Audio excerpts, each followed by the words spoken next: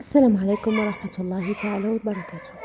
اليوم حبيباتي إن شاء الله جيتكم بوصفة جديدة، وصفة سهلة ونوعا ما هي اقتصادية بمكونات يقدروا يكونوا موجودين في أي بيت. الوصفة تاع اليوم حبيباتي هي تحلية البرتقال مع إضافة طبقة من الكراميل أو فلون الكراميل.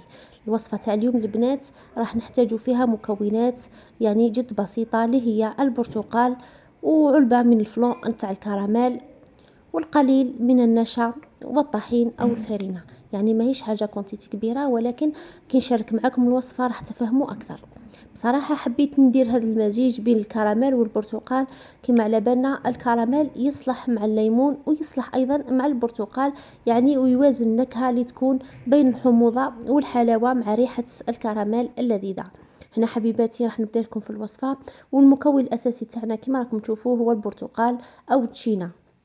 هنا حبيباتي جبت زوج حبات تشينا، راح نقوم بتقشيرهم وتقطيعهم في الروبو، اللي نبشروا فيه ولا اللي نرحيو فيه ونقلبوه عصير. كما على بالكم البنات، كي نعودوا راح نرحيو التشينا نتاعنا، لازم نتخلصوا من العظام ونحاولوا نتخلصوا من هذيك الطبقه البيضاء. هنا البنات راح نحيلوا فقط العظام، اما الطبقه البيضاء راح نحي الشيء كما قلت لكم البنات راح نحاول نحي قد ما نقدر من هذيك الطبقة البيضاء ولا الألياف البيضاء تاع التشينا. بصراحة أنا نحب نستغل كامل المكونات تاع التشينا إلا البذور، لأنه البذور والقشور راح يديرونا مرارة في التشينا.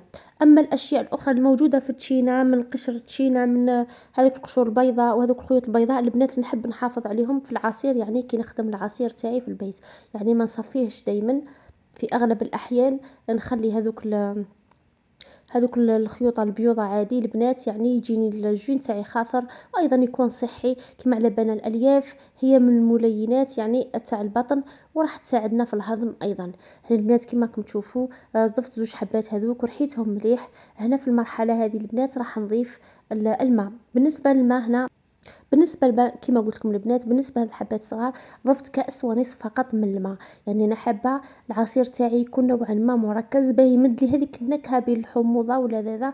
وايضا البنات التشينه نتاعكم دعت حلوه بزاف. هنا في هذه المرحله ماكمش راح ديروا السكر بزاف. بصراحه انا السكر البنات في المرحله الاولى درت 3، ولكن من بعد ضفت تقريبا 3 واحد اخرين، لانه التشينه نتاعي نوعا ما جاتني حامضه ماهيش حلوه بزاف. بصح نتوما كي تذوقوها وتلقاو الطعم مناسب لكم راح تحبسوا في هذيك المرحله.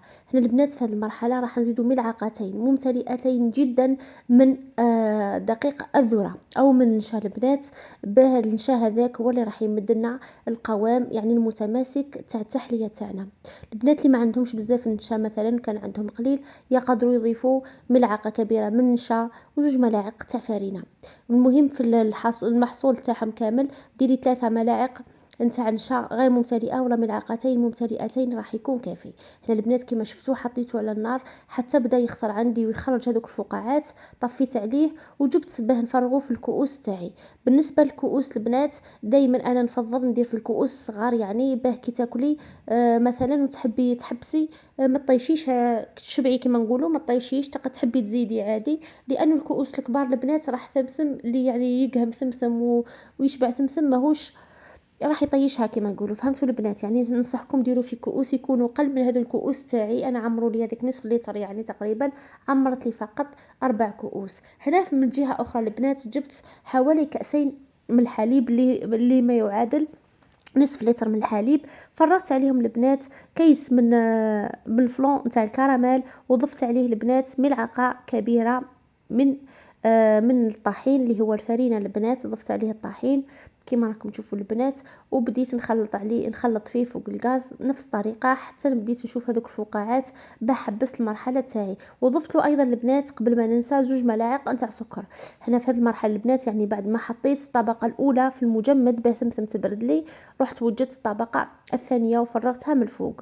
هنا في هذه المرحله البنات تقريبا رانا خلصنا الوصفة تاعنا، ولكن اللي تحب تزيد طبقة ثالثة يلا، والله هي ماهيش طبقة يعني كديكور، تخدم كراميل سائل ولا صوص تاع كراميل، دير السكر مثلا يذوب مع قطعة من الزبدة، وضيف عليه القليل من الحليب، راح تحصل على صوص تاع كراميل.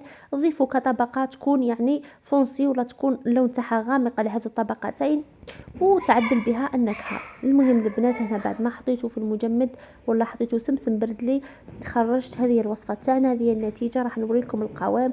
بصراحة القوام اللي جاي من تحت جاي أرق، يعني جاي طرية للقوام اللي راهو جاي من فوق من الطبقة العلوية، ولكن المزيج تاع الكراميل والبرتقال مزيج رائع البنات، مزيج خيالي، خاصة لعشاق البرتقال.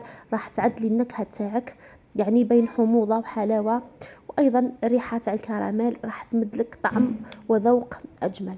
شوفوا البنات هذه هي الوصفه تاعنا، هذه هي النتيجه. ان شاء الله تجربوا نتوما ثاني هذه الوصفه، وكي تجربوها البنات كتبوا لي في التعاليق راكم جربتوها ولا اللي موالفه ديرها ايضا تكتب لي في التعاليق. وان شاء الله لك تبربي راح نشارككم بوصفات اخرى في هذا الشهر الفضيل. مع السلامه.